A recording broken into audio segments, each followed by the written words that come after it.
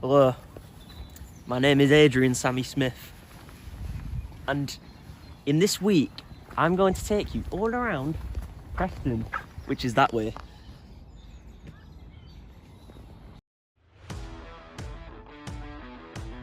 Tonight on Smith on Preston,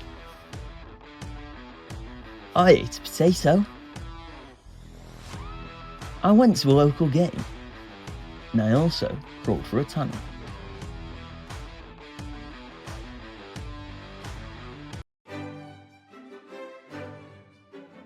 Preston's beginnings are believed to be of a religious beginning, dating back to the 700s, still seen today in Preston's crest, featuring a lamb, the symbol of some old guy called Wilfred, who probably started a monastery somewhere near the River Ribble. An interesting fact about Preston is on Easter we roll chocolate eggs down a hill and pick them up again, somewhat like that cheese contest but with less fractured skulls. I am now going to give you a brief rundown of the history of Preston.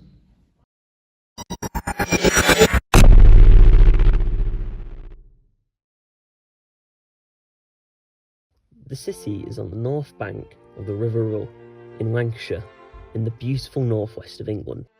Archaeological findings lead the people in white coats to believe people have been drawn to the area for years, likely to be hunters, because dead things turn up from time to time, quite a few around the River Ribble. Now, what's interesting about the River Ribble is that for like thousands and thousands of years, it has been considered a sort of heritage site, because there has been multiple findings of gold and bodies. We don't know why, because no one wrote anything down back then. But if you look hard enough, you'll probably find the hand of a small child somewhere in the River Ribble decomposing. If you look hard enough now, you might find yourself a bit of gold. The Romans built Watling Street Road, presumably to get home faster. After the Romans buggered off, Anglo-Saxons decided to call the place Preston, which after the Domesday Book was founded, Preston was found out to be pretty minted. When the Reformation happened, because Henry VIII's dick wanted a new side chick, lots of Prestonians refused to change religion. Many parishes were moved into hidden places. By the 13th to 14th century, Preston had a lot of wealth in its wool production. During the Civil War, Cromwell visited Preston a few times, deciding he didn't want to be at war anymore, so he decided to beat the king in the Battle of Preston, presumably the best battle of the war. At one point, Preston had one of the world's biggest textile industries. A key figure in this was John Horrocks, whom in 1791 launched the Yellow Factory. Now, interestingly, somewhere around this area was what was known as the Yellow Mill. We don't know why it was yellow, because the pictures were black and white back in the day, but thousands of people used to work there, grinding up bits of cotton every day. And I don't know where it is, but it's somewhere around here, I've been told. Probably not here, this is just a park area.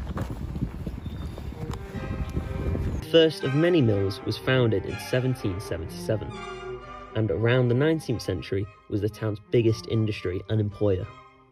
At one point, Preston produced 50% of the UK's jeans. This means there is a chance that there is a pair of really old dusty jeans in your granddad's wardrobe which were created in Preston. Unfortunately, many of the mills began closing during the mid-20th century. And with that, I have shown you the history of Preston.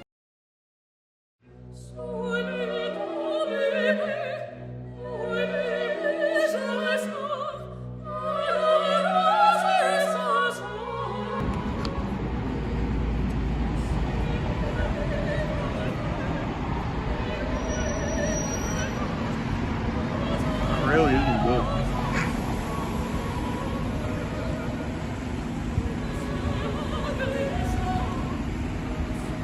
No, that's really not good. That is not raw, that's wicked. Out of 10? I got 2. Now, the Spud Bros potato, I thought it was going to be... You can keep walking. Ah, yes, the Spud Bros potato was terrible. First off, the potato did not taste fresh. And that garlic butter was abysmal. I don't know how it tasted way too hot for butter. It was obviously melted butter, but it was boiling. It almost made my mouth burn. And whatever garlic they used, it was rotten. The beans, Heinz tastes better, and the cheese, I'm fairly certain they bought it from Tesco the week before. Not even the week, maybe like a month ago. So, in conclusion, the Spud Bros potato is boring. That's the shot. The butter pie.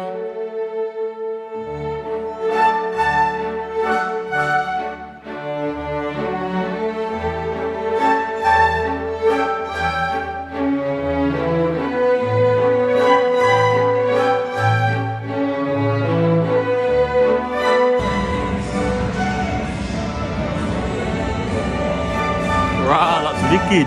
What do you think, bro? You just spat all over. No, I didn't.